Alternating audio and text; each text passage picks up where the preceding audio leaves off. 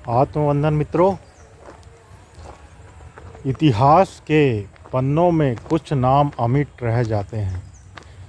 उनमें से बहुत सारे नाम हैं जिनकी गिनती नहीं की जा सकती, लेकिन कुछ नाम जो समसामयिकी रहते हैं और वह कभी उनका नाम मिटता ही नहीं। दुनिया, पीढ़ी, सब कुछ बदल जाता है, लेकिन उनका नाम और उनका काम हमेशा हमेशा लोगों को लाभ पहुंचाता है। गौतम बुद्ध के बारे में उनकी पहचान के लिए कोई भी उनका परिचय देना आवश्यक नहीं है, क्योंकि गौतम बुद्ध, सिद्धार्थ को कौन नहीं जानता। गौतम बुद्ध की जो एक देशना है, वैसे तो बहुत सारी उनकी देशना रही है, लेकिन एक देशना जिससे वो समाधि को उपलब्ध हुए और इस संसार से ऊपर उठकर मोक्ष की प्राप्ति की है। मोक्ष का मतलब यह है कि हम मुक्त हो गए। मुक्त तो वह क्या था? गौतम बुद्ध जब प्रारंभिक समय में अपनी साधना कर रहे थे तो वह खोजते थे, हर गुरु के पास जाते थे, भटकते थे और उन्हें कोई भी मार्ग नहीं मिलता था। और लास्ट में जब उन्होंने ज्ञान को प्राप्त किया तो उन्होंने सबसे पहले एक घोषणा की, वह है अपदीपो भव। मतलब अपने प्रकाश, अपने दिए खुद बनो, क्योंकि दूसरा हमारे बुझे दिए को जला नहीं सकता। बाहर के दिए को तो जला सकता है, लेकिन अंदर के दिए को नहीं जला सकता। तो एक तो अपदीपो भाव उन्होंने कहा, और दूसरा जो है वह बहुत ही महत्वपूर्ण जो उनका सूत्र है वह है अनित्य भाव। इस एक भाव में यदि आप रम गए और इसे अपने हृदय में हृदयस्थ कर लिए तो आपको कोई भी दुनिया का तनाव, शारीरिक पीड़ा, टेंशन और जितने भी तमाम तरह की जो विकृतियां हैं वह आपको नहीं होगी। अनित्य का मतलब क्या है, पहले हम समझें। अनित्य का मतलब है कि यह संसार परिवर्तनशील है।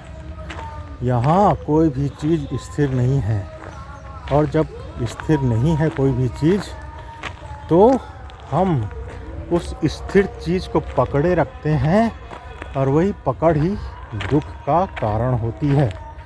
कोई भी चीज़ को हम पकड़ें तो वही दुख का कारण है। शरीर को पकड़ेंगे, शरीर एक दिन वृद्ध होगा, बीमार होगा, मरेगा, तो हमें लगेगा हम मर रहे हैं, हम बीमार हो रहे हैं और हमारे साथ ही घटना घट रही है।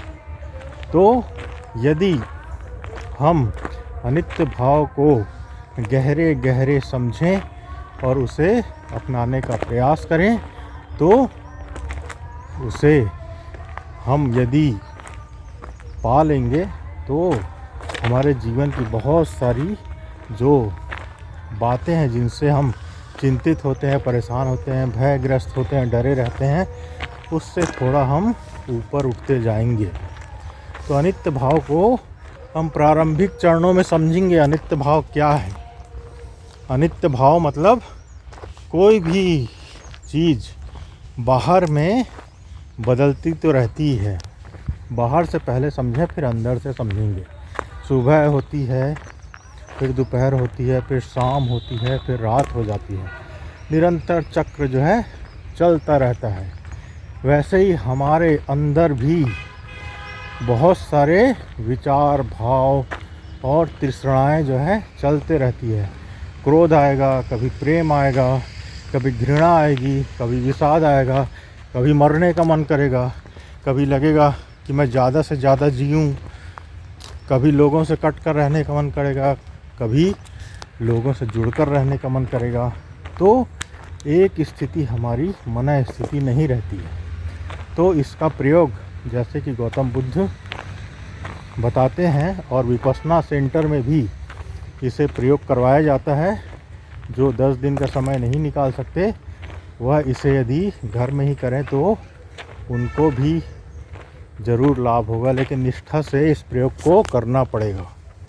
तो इसमें सबसे पहले हम श्वासों पर ध्यान रखते हैं, क्योंकि हमारे मन भटकता रहता है और भटकता हुआ मन जो है वह जो है कोई भी चीज़ को स्पष्ट नहीं देख सकता। जैसे कि दौड़ते हुए है हम यदि फ़ोटो खींचें तो कोई भी फ़ोटो जो है साफ नहीं आएगी, समझ में ही नहीं आएगा कहाँ की फ़ोटो है। दौड़ते हुए फ़ोटो खींचिए, नहीं आएगी साफ फ़ोटो। वैसे ही हमारा मन निरंतर कंपित हो रहा है, निरंतर कंपित हो रहा है।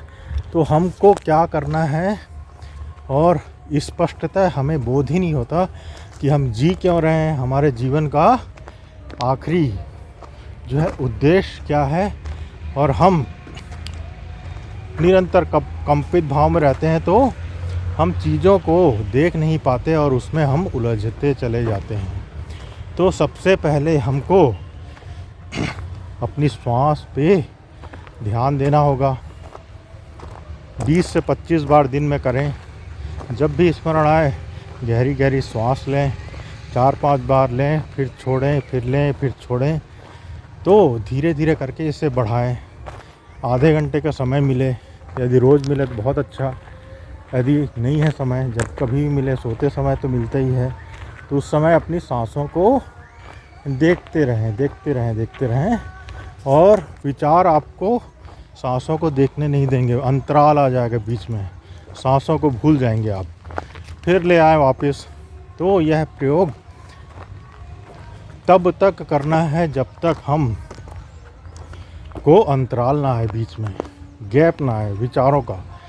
क्योंकि विचार का गैप आता है तो हम मूर्छित हो जाते हैं। तो विचार का गैप नहीं आएगा और उसके अंदर अंतराल आएगा और आपको उसमें रमने का जो है बोध होगा, आप उसमें डूबने लगेंगे। तो जब यह आ गया आपका एक स्टेप तो बहुत ही शुभ है, परमात्मा को धन्यवाद दीजिए। उसके बाद दूसरा स्टेप हमको अपने शरीर का बोध करना है। जब हमारी विवेक वृक्ष एकदम तलवार की धार की तरह तेज हो जाएगा सांसों के माध्यम से, तब हम उसे शरीर पर अप्लाई करेंगे। बैठ जाएंगे और ऊपर से नीचे सर को, आँख बंद करके नाक को, गले को, और जहाँ खुजलाहट हो रही है, जहाँ सेंसेशन हो रहा है, उसको बिना आत्मनिंदा के, बिना विरोध के देखना है। खुजलाहट हो रही है तो उस खुजलाना नहीं है, देखते रहें। कब तक? ज़िंदगी भर तक थोड़ी रहेगी खुजलाहट। 5 मिनट, 10 मिनट, 15 मिनट, उसके बाद ऑटोमेटिक वो गायब हो जाएगी। तो यही अनित्य है, मतलब कोई भी चीज़ एक समय तक ही रहती है। तो यह करना है, पैर तक ले जाना है। बार बार भूलेंगे, बार बार भूलेंगे, आप विचारों में खो जाएंगे, फिर वापस लाना है, फिर वही करना है। यही क्रम साधते साधते आपका शरीर जो है वह हल्का फुल्का होने लगेगा और आपको बहुत ही अंतर अपने सूक्ष्म शरीर का बोध होगा और अपनी आत्मा का उसमें प्रगटीकरण होगा और साक्षात्कार भी होगा। यदि आप निरंतर उसमें लगे रहें, लगे रहें, लगे रहें, और जिस दिन यह हो गया पूरा जीवन ही रूपांतरित हो जाएगा। इसके बारे में हम और भी बात करेंगे, और इस पर कुछ प्रश्न हैं तो कमेंट बॉक्स में आप लिखकर पूछ सकते हैं। बहुत बहुत आभार, अभिनंदन।